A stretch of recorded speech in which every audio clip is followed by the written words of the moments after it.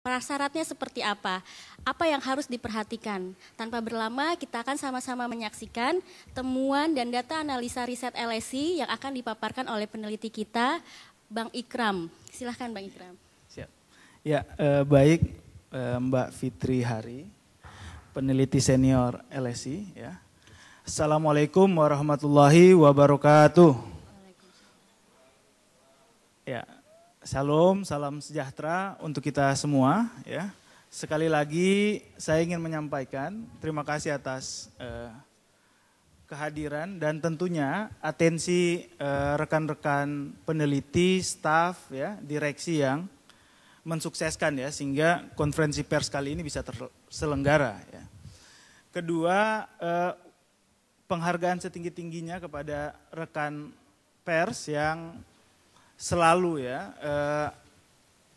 terlibat dalam konferensi pers kami. Tentunya nawaitunya satu adalah mengabarkan ya kepada publik tentang analisa dan mungkin opini publik dari LSI yang kita berharap bersama-sama dapat berkontribusi positif terhadap pengurangan kasus corona ini. Seperti yang dikatakan Mbak Fitri tadi, bahwa ini adalah tanggung jawab sosial kami LSI ya. Dengan kemampuan yang kami punya ya, kemudian dengan dana yang kami miliki, kami bercoba untuk berkontribusi ya terhadap penanganan COVID ini.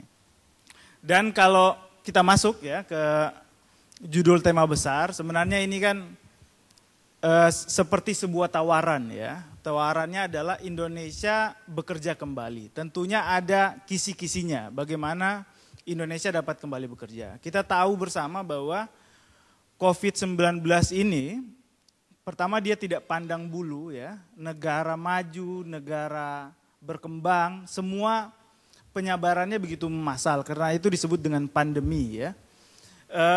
Pandemi ini yang ikut menyeret banyak negara dan bahkan kalau kita lihat peringkatnya selalu silih berganti.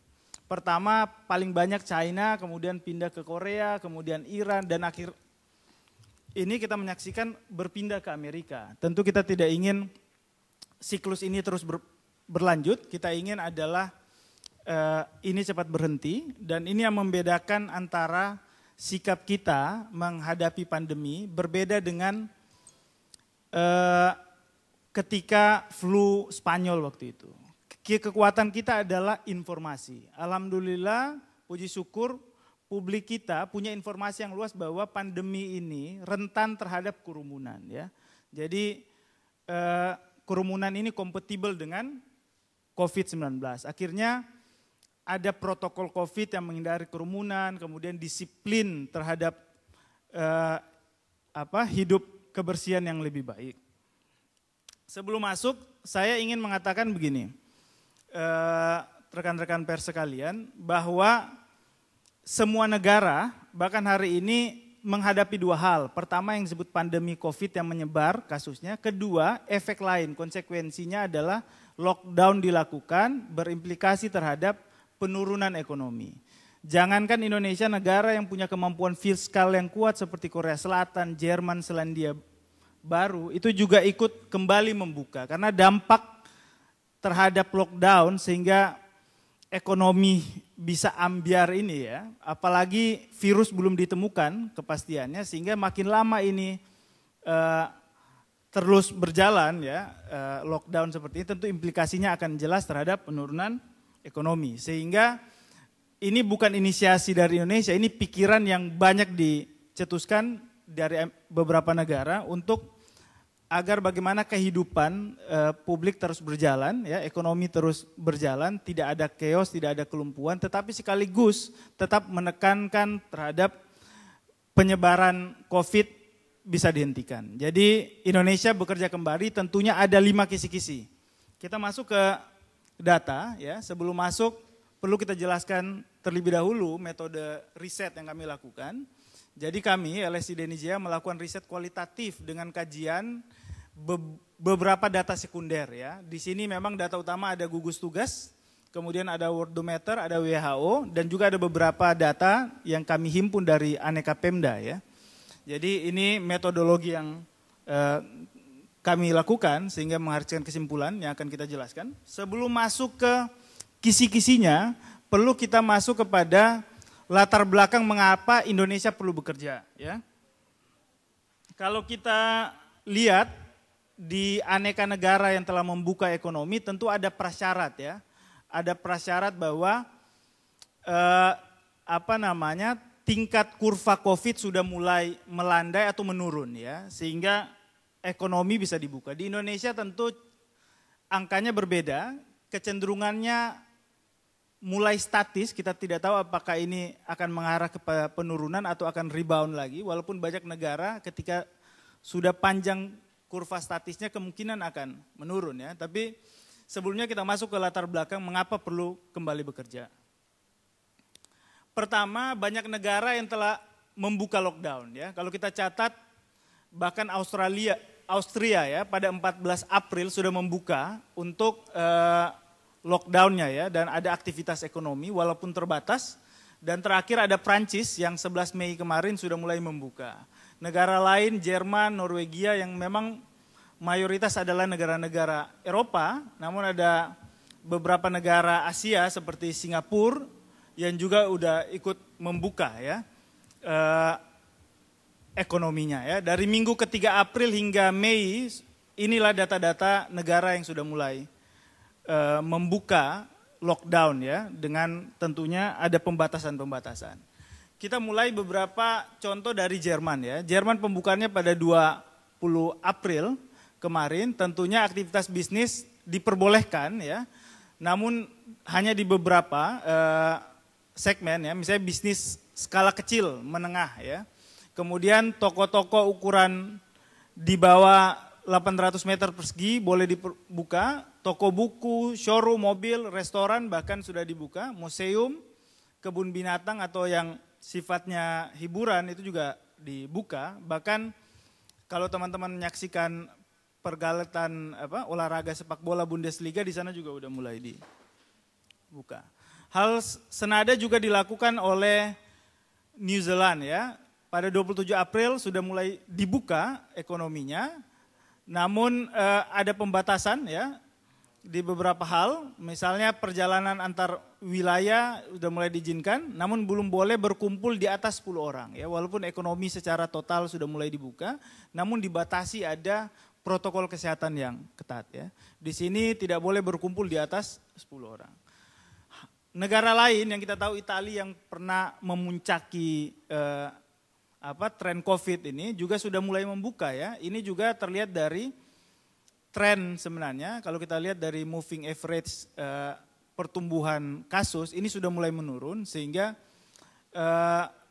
membuat Italia sudah mulai membuka ekonominya pada 4 Mei, bisnis skala kecil dibuka, toko retail ya, pakaian dibuka, taman publik juga dibuka, kemudian toko-toko di pusat pariwisata ya seperti di Florence, Venice itu juga mulai dibuka ya, bahkan restoran dan kafe ya pada pada 4 Mei 2020.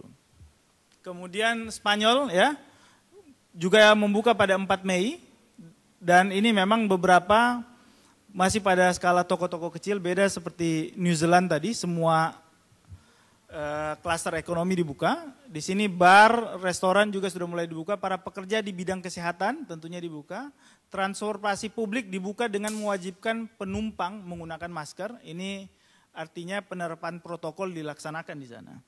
Dan kalau kita lihat dari pertumbuhan 4 Mei ya, dari angka ini memang trennya tidak menunjukkan ada kenaikan ya, kecenderungannya menurun landai ya di sini. Kalau kita lihat di contoh Spanyol ya, artinya pembukaan ekonomi juga di satu sisi hak kesehatan masyarakat ya, untuk tidak tertular COVID juga trennya bisa diatasi oleh pemerintahan Spanyol.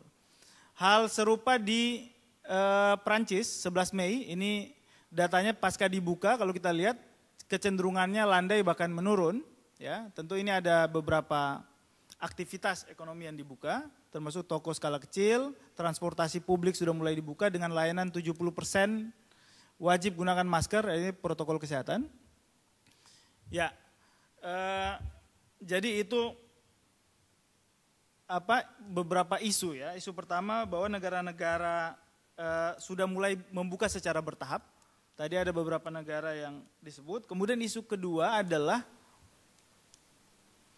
vaksin butuh waktu paling cepat 12 bulan ya. Ini kalau kita hitung misalnya Februari, Juni 2021 ya. Artinya semakin lama vaksin belum ditemukan maka pengobatan ya untuk 100% bisa sembuh total juga makin lama ya. Kemudian para peneliti di berbagai negara berlomba menemukan vaksin. Bahkan yang kalau saya lihat paling mutakhir adalah lembaga yang sponsori oleh Bill Gates ya. Mereka mengatakan itu pun masih dalam mengupayakan ya. Bahwa mereka bisa mengupayakan akhir 2021. Namun ada catatan lain bahwa ketika vaksin itu ditemukan butuh proses juga ya untuk memproduksi sejumlah kebutuhan masyarakat di dunia, yaitu mungkin sekitar 8M harus diproduksi vaksinnya dan itu butuh waktu, begitu juga distribusi. Sehingga kalau menunggu vaksin tentu akan semakin lama ekonomi akan bergulir ya. Artinya semakin besar PHK terpapar, semakin besar ekonomi ambyar ya, atau bisa berujung kepada chaos di tingkat masyarakat. Nah, ini catatannya bahwa ancaman PHK makin tinggi. Ini data dari Asosiasi Pengusaha Indonesia. Kita lihat Mei 2020 ada 7 juta PHK di Indonesia. Ini memang data dari asosiasi, walaupun data yang dipublish pemerintah lebih kecil, kalau tidak salah 2,9 juta ya. Tapi memang data Apindo dalam berita yang dipublikasi terkonfirmasi dengan data dari BPS Ketenagakerjaan ya, bahwa tercatat ada kesulitan ya pembayaran iuran itu mencapai ke 7 juta. Jadi sebenarnya data Apindo ini terkonfirmasi bahwa kurang lebih mungkin ada 7 juta yang hari ini di PHK dan dirumahkan ya. Artinya bahkan ada yang memprediksi kalau kita lihat baca di berita ini 30 juta pekerja juga terancam ya. Artinya semakin lama lockdown ini diterapkan akan konsekuensinya terhadap recovery ekonomi dan tentunya PHK massal ya yang bisa mengancam. Ketiga adalah perlu keseimbangan kesehatan tadi yang disebutkan oleh Mbak Fitri antara kesehatan tubuh dan kesehatan ekonomi ya. Ini grafik yang kami himpun dari IMF ya. Data tentang proyeksi pertumbuhan ya. Kalau kita lihat dari data ini 2019 rata-rata semua negara kurvanya positif ya. Tapi ketika 2020 semua turun bahkan grafiknya menunjukkan antara 2 sampai minus 9%.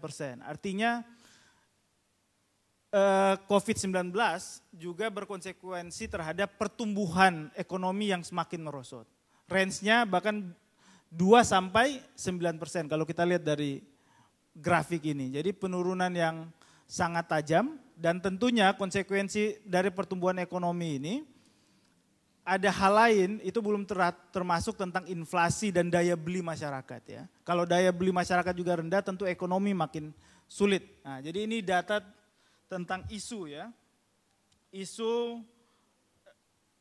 ketiga ya bahwa perlu keseimbangan karena kalau fokus pada pandemi saja tanpa memikirkan ekonomi domestik warga, ya, saya pikir ini akan berefek terhadap apa yang disebut dengan the hungry man becomes the angry man. Jadi publik yang lapar cenderung akan menjadi publik yang marah ya, dan kalau marah bisa saja kondisinya ke chaos pasti ke delegitimasi pemerintahan, distrust dan tentunya memperparah kondisi ini.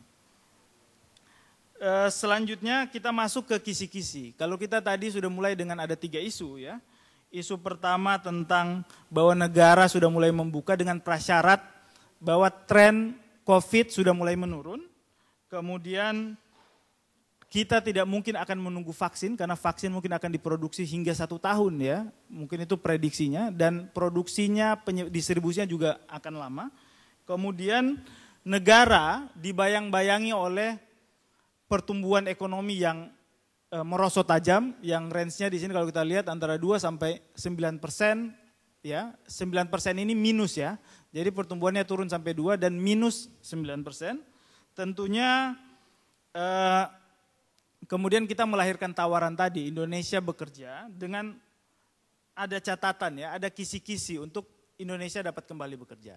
Ya, ini mungkin data yang dibutuhkan teman-teman. Ya, pertama dimulai dari daerah yang grafik kasusnya menurun. Kita tahu bahwa tren kasus COVID belum menurun ya, tapi cenderung statis atau landai ya. Namun kalau kita breakdown ke lokus yang lebih kecil, provinsi, rupanya ada beberapa daerah yang kalau kita lihat grafiknya kecenderungannya sudah mulai menurun ya. Yang kalau kemarin kita golongkan dalam tipologi B ya, atau mereka yang menerapkan PSBB dengan kategori baik ya, atau ada penurunan. Dan di sini ada 4 daerah, yaitu DKI Jakarta, Kota Bogor, Kabupaten Bandung, dan Kabupaten Bogor.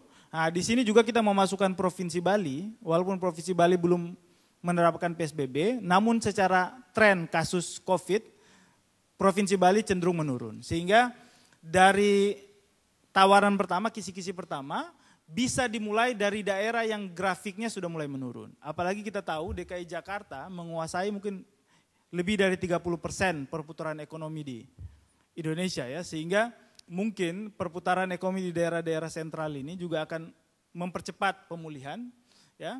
Jadi riset dan konversi kita ya, minggu sebelumnya yang saya katakan tadi 4 daerah tadi yang baik, kemudian keempat wilayah tersebut ditambah dengan Provinsi Bali ya. Jadi ini yang pertama dimulai dengan daerah yang grafiknya kasus mulai menurun. Rekomendasi kami adalah 5 daerah berikut: DKI Jakarta, Kota Bogor, Kabupaten Bandung Barat, Kabupaten Bogor, dan Provinsi Bali.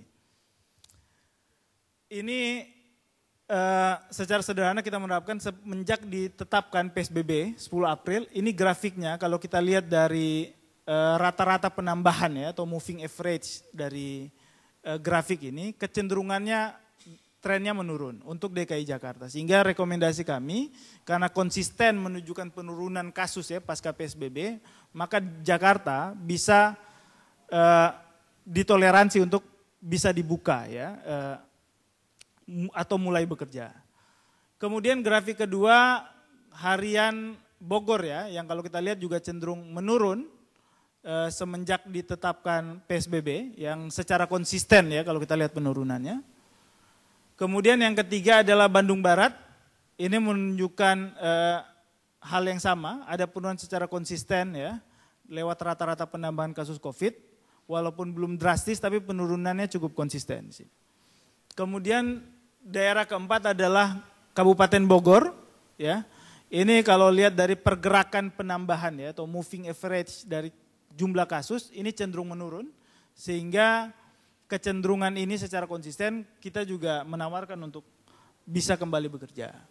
Dan yang kelima adalah Provinsi Bali ya. Kalau kita lihat dari tren grafiknya, moving average-nya cenderung terjadi penurunan ya pada 2 minggu terakhir. Ya, jadi inilah kelima daerah yang mungkin bisa dipertimbangkan agar dapat bekerja kembali. Kedua adalah kisi-kisi kedua, memang dalam bekerja kembali ini kita merekomendasikan untuk mereka yang berusia rentan, kemudian untuk kerja di rumah ya, karena kalau menurut data yang kita lihat, yang kami olah dari beberapa sumber data ini, bahwa mereka yang berumur 45 sampai 59 itu kecenderungannya kasus meninggalnya cukup signifikan ya, sehingga mereka sangat rentan ya terhadap ketika harus bekerja di luar ya. Artinya pada kelompok usia ini itu diberlakukan diskriminasi ya. Diskriminasi untuk kembali bekerja. Diskriminasi untuk mereka yang di atas 45 tahun ya. Karena data yang kami olah ini juga sebanding dengan data yang kalau tidak salah ada lembaga internasional yang menilai bahwa mereka yang di bawah 40 tahun itu mortality rate-nya hanya 0,2%. Artinya mereka yang meninggal itu hanya 0,2, namun ketika mereka menerapkan protokol COVID yang ketat, tentu kita berharap tingkat kematian bisa terhindarkan. Jadi ini kasus meninggal COVID berdasarkan usia. Nah, jadi selain yang bekerja di rumah, juga yang pada segmen usia ini ya, 45 ini ada data yang kami olah. Yang meninggal ini memang paling kecil di umur 44 tahun ke bawah ya. Di sini hanya 3 sampai 0,01%. Jadi data ini menunjukkan presentasi karbon ya, korban di atas 85% terdapat pada kelompok di atas 45 tahun. Maka pada kelompok ini kita berlakukan diskriminasi ya untuk kembali bekerja. Itu kisi-kisi kedua. Kisi-kisi ketiga adalah mereka yang punya penyakit rentan ya untuk kerja di rumah dan yang lainnya dapat bekerja di luar. Jadi ada perlakuan terhadap diskriminasi terhadap mereka yang penyandang penyakit ya. Di sini kita lihat hipertensi itu kalau dari data ini 21% itu mortality rate-nya sangat tinggi ya. Kemudian kedua ada diabetes di sini. Kemudian ada penyakit jantung ya. Kemudian ada penyakit ginjal. Kemudian ada penyakit obstruktif kronis dan gangguan nafas lainnya. Jadi pada kelompok yang penyandang penyakit ini diberlakukan juga diskriminasi agar mereka tidak bekerja di luar dan tetap bekerja di rumah ya.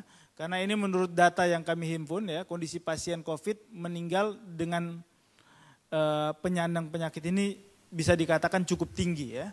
Maka mereka secara medis yang tak punya riwayat 5 penyakit di atas ini itu dapat kembali bekerja ya atau bisa bekerja kembali ya. Kemudian kisi-kisi keempat ya. Nah, ini yang menjadi catatan bahwa perlu kita menerapkan gaya hidup ya baru yaitu normal yang baru dengan aturan kesehatan yang ketat ya. Pertama mulai membiasakan diri untuk hidup bersama virus ya. Ini catatan sehingga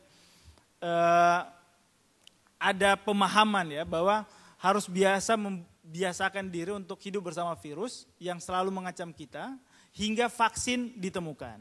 Tentunya membiasakan berdampingan dengan virus dengan mulai bekerja di luar rumah tapi menjaga social distancing ya. Kemudian jarak interaksi minimal 1 meter ya. Tentu menggunakan masker, kemudian di fasilitas umum dan transportasi umum juga harus diberlakukan ya physical distancing ini. Dan fasilitas umum dipraktekkan jarak sosial seperti di bandara, transportasi umum, restoran dan lain-lain. Walaupun memang beberapa minggu kemarin harapan kita ini agak tercederai ya dengan di Suta kemarin ya, ada penumpukan publik yang begitu besar, tapi ini jadi prasyarat. Kalau harus mulai gaya hidup the new normal ini dengan menjaga mempraktekkan jarak di tempat-tempat terbuka, ini juga harus menjadi kewajiban ya, yang tidak boleh tidak dilaksanakan. Kemudian menggunakan teknologi komunikasi untuk melakukan rapat, pertemuan dan lainnya. Itu keempat dan yang terakhir, kelima, perlu ada kesepahaman semua pihak terlibat dalam edukasi ya, sosialisasi, pengawasan protokol kesehatan ya. Pemerintah daerah, pimpinan dunia usaha, pimpinan masyarakat, tokoh agama, semuanya harus bahu-membahu ya. Tidak boleh lagi ada yang saling mendelegitimasi satu sama lain ya. Semua harus satu frame bahwa ini adalah musuh bersama COVID. Maka antara pemerintah daerah, pemerintah pusat, masyarakat juga harus senada dalam memerangi COVID ini ya. Dan tentunya tidak mempolitisir COVID ini untuk kepentingan. Karena ini pure adalah problem kemanusiaan ya. Sehingga kita dapat menghindari tambahan jumlah kasus baru ya. Jadi ini kisi-kisi yang bisa kami publish bahwa Indonesia bisa kembali bekerja dengan 5 kisi-kisi di atas. Pertama, grafik kasus positif yang sudah mulai menurun, yang kami rekomendasikan untuk diterapkan di 5 daerah, yaitu DKI Jakarta, Kota Bogor, Kabupaten Bandung Barat, Kabupaten Bogor, dan Provinsi Bali. Kemudian kisi-kisi kedua, ada pemberlakuan ya semacam diskriminasi ataupun pelarangan bagi mereka yang berumur di atas 45 tahun karena memang secara data mereka yang berumur di atas itu lebih rentan ya terkena COVID-19. Kemudian ketiga, ada pembatasan juga kepada mereka yang memiliki riwayat penyakit kronis ya. Di sini ada hipertensi, diabetes mellitus, jantung, penyakit ginjal, obstruktif kronis dan gangguan pernafasan ya. Mereka juga direkomendasikan untuk tetap bekerja di rumah. Kemudian rekomendasi keempat adalah mulai menerapkan gaya hidup the new normal ya dengan kesehatan yang ketat. Kelima, semua pihak terlibat dalam edukasi pengawasan protokol kesehatan. Dan menutup ya konferensi pers kali ini, kami juga ingin memberikan sebuah catatan ya bahwa Juni 2020 Indonesia secara bertahap dan selektif bekerja kembali ya. Tentunya dengan panduan dan data riset pengalaman LSI ya, menyarankan bahwa di daerah tertentu yang menunjukkan keberhasilan meredam penyebaran virus corona seperti grafik yang konsisten menurun, cenderung 5 daerah tadi ya, 5 daerah mungkin sudah bisa mulai bekerja. Namun ada catatan yang perlu kita ingat bahwa kita punya sejarah dulu ya, yang perlu kita perhatikan bersama. Flu Spanyol tahun 1918 menjadi pengalaman bahwa gelombang kedua pandemik lebih berbahaya dan mematikan ya. Maka tetaplah waspada di era new normal, tak menyebabkan datangnya gelombang kedua ya. Jadi walaupun dibuka ekonomi, era new normal diberlakukan, harus lebih berhati-hati ya sehingga tidak akan datang gelombang kedua pandemi itu ya. Karena semua telah menerapkan protokol kesehatan yang kuat. Kemudian pemerintah tetap harus memperbanyak jumlah tes ya, meningkatkan kemampuan kontak tracing berbasis teknologi, sehingga kita bisa mengetahui mereka yang positif berinteraksi dengan siapa, sehingga bisa juga dilakukan penanganan ya. Juga memperkuat fasilitas serta pelayanan kesehatan. Jadi itu mungkin yang bisa dipaparkan. Dan terakhir perlu kami sampaikan ya, ini Life Achievement Award ya yang diberikan kepada Pak Denny Jaya atas 9 pencapaian prestasi yang mungkin belum pernah dicapai oleh lembaga riset ya lain ya. Kemudian ini juga selain pengakuan risetnya, Pak Denny juga masuk dalam 30 orang yang berpengaruh ya, influencer yang berpengaruh di internet yang dipublikasi oleh majalah Times bersama Barack Obama, Justin Bieber dan lainnya. Kemudian ini juga penghargaan internasional yang kami terima ya, mengumumkan rekor pendidikan politik tingkat dunia ya. Dan mungkin itu, terima kasih atas waktu teman-teman. Saya kembalikan ke Mbak Fitri. Assalamualaikum warahmatullahi wabarakatuh. Waalaikumsalam. Ya, ada 3 latar belakang isu dan ada 5 kisi-kisi yang sudah dipaparkan dari hasil riset LSI Denny Jaya.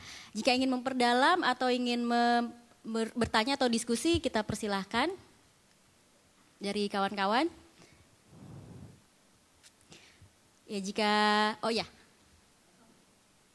ya langsung aja Mas.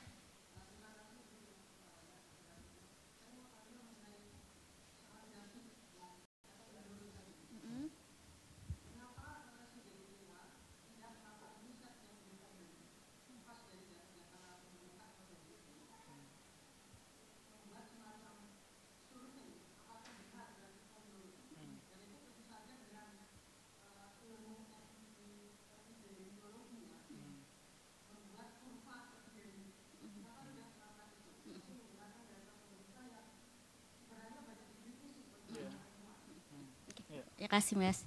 Langsung jawab Mas. Ya, terima kasih. Ya, sebenarnya kalau kita melihat ya bahwa hari ini kenapa kami merujuk kepada 3 sumber data ya, karena memang per hari ini hanya 3 lembaga itu ya yang melakukan pendataan secara konsisten. Yang mereka terlibat ya pelaporannya dari tingkat kabupaten hingga provinsi itu kemudian saluran komunikasinya itu ada di gugus tugas ya. Tentunya kalau akan melakukan itu kita butuh resource yang lebih besar ya. kami melakukan dengan data yang terbatas, dengan harapan kita bisa mendapatkan gambaran lain. Misalnya data yang disampaikan oleh Gugus tidak ada penilaian ya secara objektif tentang efek PSBB. Kami memberikan gambaran itu bahwa itu bukan hanya data, tapi data itu juga bisa menggambarkan kondisi faktual. Untuk saran dari Mas tadi untuk melakukan survei secara mendalam, ini memang kalau kita lihat belum ada lembaga survei pun di dunia yang melakukan itu ya. Tapi mungkin yang disarankan Mas itu juga sudah ada dalam pikiran kami ya, Pak Denny juga. Saya tidak ingin spoiler ini, tapi rancangan itu sudah dipikirkan dan kami ingin juga melakukan itu secara mandiri, bahkan terlepas dari kelompok pemerintahan. Kelola secara mandiri dan hasilnya akan dipublikasi. Tentunya butuh energi yang lebih besar ya, sehingga kita hari ini ya Pak Denny juga lagi menyiapkan aneka hal yang untuk menunjang sebenarnya kebutuhan yang sangat real ya, karena hari ini sumber data yang real tentang jumlah yang pasti kan juga belum terjawab, karena data yang ada hari ini juga kan diambil tidak secara menyeluruh tapi proporsif juga ya. Maka lewat survei kita berharap bisa memprediksi hasil positif COVID secara pasti ya, bisa kita dapatkan. Tentu waktu akan menjawab itu dan sementara kami diskusikan dan mudah-mudahan doa dari teman-teman bisa bisa kami jawab ya secara aplikatif dalam waktu dekat. Data itu bisa tersedia secara faktual teman-teman. Mungkin itu, terima kasih. Ya, ada lagi pertanyaan? Jika tidak ada, saya persilahkan kepada kawan-kawan media untuk bisa wawancara langsung atau berdiskusi langsung dengan peneliti kita. Ya, tadi sudah paparkan 5 kisi-kisi bagaimana supaya Indonesia bisa bekerja kembali dan 3 isu yang melatar belakanginya. Mudah-mudahan pemerintah maupun stakeholder lainnya bisa menjalankan ini atau bisa mempertimbangkan ini. Tentu saja semua dijalankan dengan 2 prinsip. Yang pertama prinsip kehati-hatian, yang kedua prinsip tetap dijalankan dalam kerangka protokol kesehatan. Mudah-mudahan Indonesia bisa menemukan titik keseimbangan antara darurat atau kebutuhan kesehatan dan darurat serta kebutuhan ekonomi. Terima kasih atensi dan para penonton di online maupun wartawan teman-teman. Akhir kata saya ucapkan wassalamualaikum warahmatullahi wabarakatuh. Salamnya gini.